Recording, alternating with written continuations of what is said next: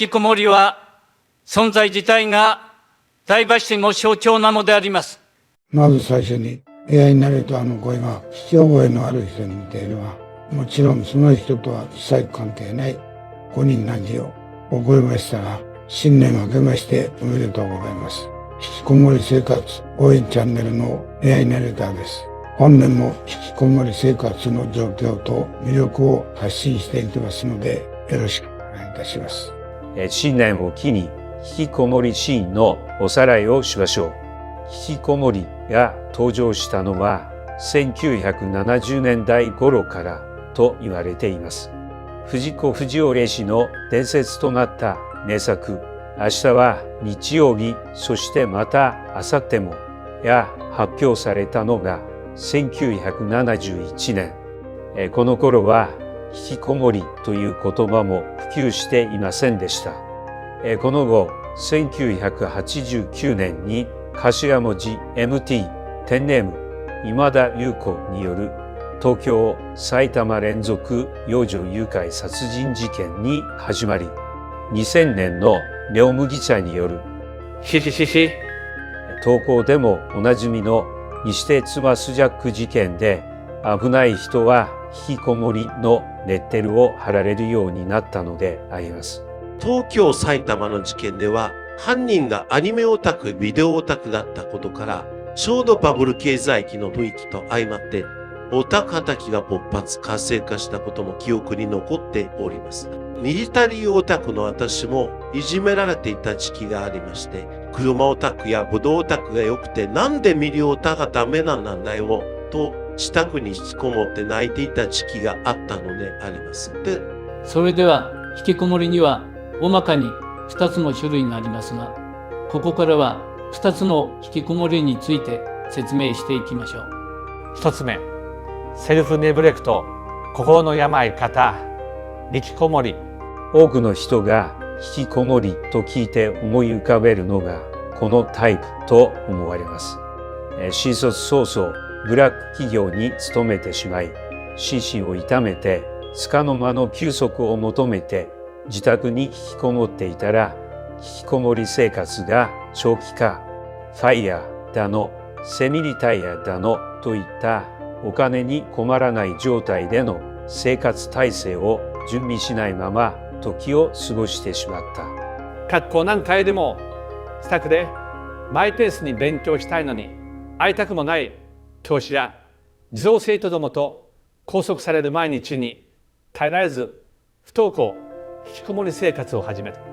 こういった話は私の通う東京でも不登校な子供が習いに来た時に保護者たちから聞きますが、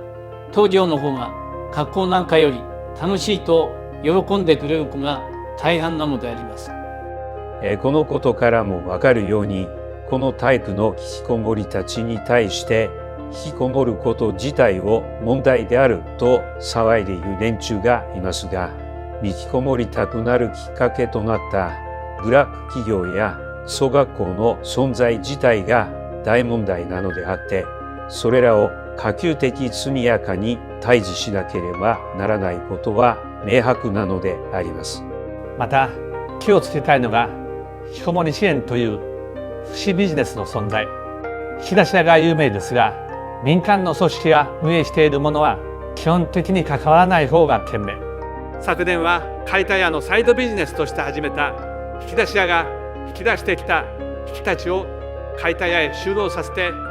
無免許で離圧ショベルを操縦させたり、散弾銃を撃たせたりした事件がありましたが、これは氷山の一角で、他の業者では引き出された引きたちが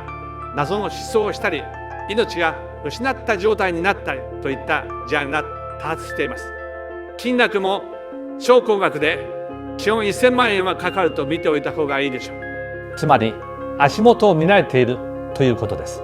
引きこもり支援ビジネスについては、いずれ気が向いた時にでも引きこもり支援の闇を暴く的な動画を作りたいと思います。今後このようなタイプの引きこもりは自宅でできることが増えている状況や、巣ごもり消費をおうち時間、ステイホームなどに代用される引きこもり生活を前向きに捉え、時間や労力にお金をかけずに快適な暮らしを追求するところいライフハックの方法論として取り入れる傾向が強まっていること。引きこもることは問題ではなくて、それに至る原因であるブラック企業を退治したり、ダメな教育体制の改善が必要という至極真っ当な解決法が支持されていることから、セルフネグレクトや心の病の一状況として対応されていくようになるでしょう。当チャンネルでは引きこもり生活をオンゾレの利益追求によって地球全体に利益を提供する究極のサスティナブルライフスタイルと定義しており、引きこもり生活を肯定推進していることから、引きこもりの否定には全力で否定しているんですが、自宅でできることがたくさんある時代に、引きこもりが辛い苦しいなどという愚痴をこぼすばかりで、何の解決策を練ろうとすらしない人や、そんな人たちに媚びを売って思考停止状態に陥っている引きこもり支援ビジネスの関係者たちとは、言葉の通じない宇宙人との会話状態であると考えているのであります。で、かつてオタクは今田優子の事件によって悪者扱いされていましたが、今では趣味を通じて人生を謳歌する人々の総称となったように、引きこもりも地球環境や社会福祉を守り、時間やお金を生み出す持続可能な生活様式の標準元気としての地位を獲得していくことでしょう。2つ目、生活様式改善向上、社会貢献型引きこもり。2000年以降あたりから自宅でできることが増え始めた現状に注目をし、今後のライフスタイルの変革に着目する人が増え始めましたが、リーマンショック以降に現れた巣ごもり消費ブームをきっかけに、引きこもり生活を快適な暮らしを追求する方法論として取り入れる動きが活発になりました。このタイプの一般的な特徴は、1、外出をする。2、無職が少ない。3、積極的に引きこもる。4、自立を望む。5、社会とのつながり立つことはない。6、引きこもり生活での満足度が高いとなっています。このタイプの引きこもりは枝分かれするように細分化されていて、1、節約を極める節約資産形成型。2、快適な生活を追求する生活水準向上型。3、マイペースな暮らしを望む専任世捨て人型。4、環境保全や治安向上、社会基盤やエッセンシャルは赤への負担を減らすといった引きこもり生活が持つ新たな効用に注目した社会貢献実演型の存在が確認されています。当チャンネルで取り上げている引きこもりはこのタイプ。引きこもり生活を賢く使いこなす彼らのことなので、今後さらなる新しい引きこもりの価値観が生まれてくることでしょう。その時はこのチャンネルでも追って調査紹介していきます。このように日常生活の質を高めたり、社会貢献実演の方法論として引きこもり生活を活用する人々が増えていますが、どういうわけかセルフネグレクト型の引きたちだけと関わっているからなのか、不幸な引きこもりたちしか知らない引きこもり支援ビジネスの関係者たちが、お前らはただのインドアライフ派だなどと全力で否定してくる怪奇現象が発生しています。おそらくセルフネグレクト系の不幸な引きこもりたちがいなくなると仕事がなくなるからなのでしょうが、とにかく必死、こもりひきこさんのチャンネルコメ欄を必死になって荒らしていたのも、今となっては彼らの愚かさを露呈させる出来事となっています。トヨタ生産方式の基本思想である無理、無駄、無駄の排除やブドウオタクなら知っておいてほしい柔道の勢力全容の思想を日常生活に落とし込んだものが今を生きる人々にとっての引きこもり生活なのであります。とは言っても難しく考える必要はなく、節約を本気でやるのなら外出を控えることが一番だということに気づいた。最近ダタダタしているので自宅で済ませられることはないかと日常的な行動の見直しをしてみたら、外出が減り、それらによる時間や労力を削減できて、イライラすることが減った。引きこもり生活を取り入れるつもりがなくても、気がつけば自分も立派な引きこもりストになっていた。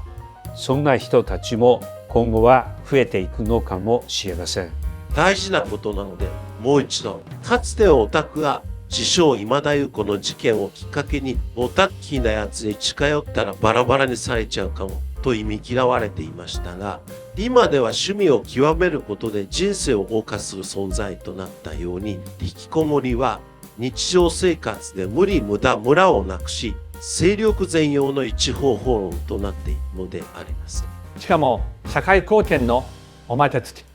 長々と食べてしまいましたが、結局はせっかく住居があるのだから生活の拠点として賢く使いこなしたい。時間、金、労力を無駄なく有効活用したい。